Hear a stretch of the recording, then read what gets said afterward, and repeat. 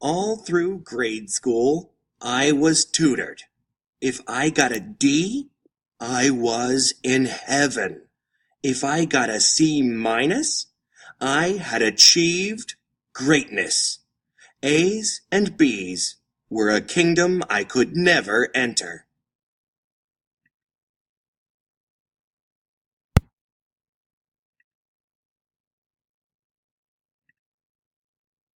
I studied my spelling words in my apartment in New York City. Somehow, during the time it took me to walk the block from my apartment to my school, the words vanished. My teacher, Miss Adolph, had given me a list of 10 spelling words. My mother and I went over the list until I knew those words. I felt terrific. I thought, wow, this time I'm going to pass.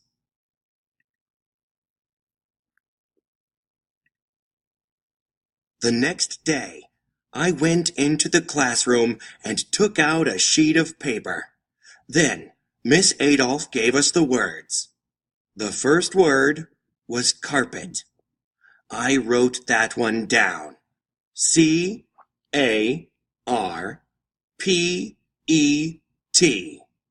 I was feeling pretty confident. Then came neighbor.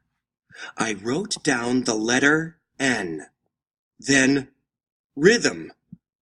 I knew there was an R. Suburban? I wrote S-U-B. My heart sank. I had gone from 100% to maybe a D minus. Where did the words go?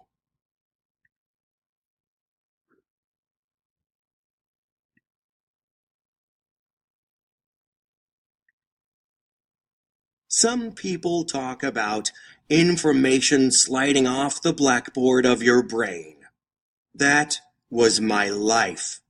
I was called stupid, lazy. My self-image was down around my ankles. The one thing I had going for me was my sense of humor. It sure didn't get me any A's, though. It got me a trip to the principal's office.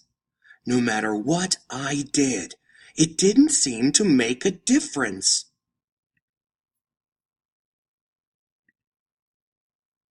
I wish I'd known then what I know now.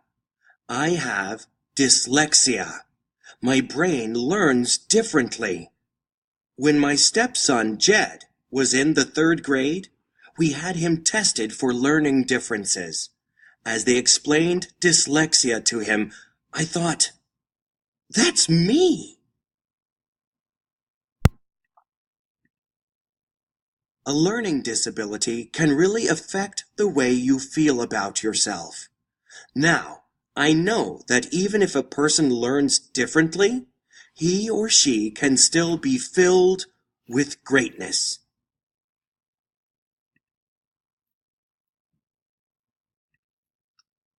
Today, when I visit schools, I tell children that everyone has something special inside.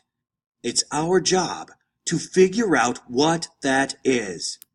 Dig deep, get it out, and give it to the world as a gift.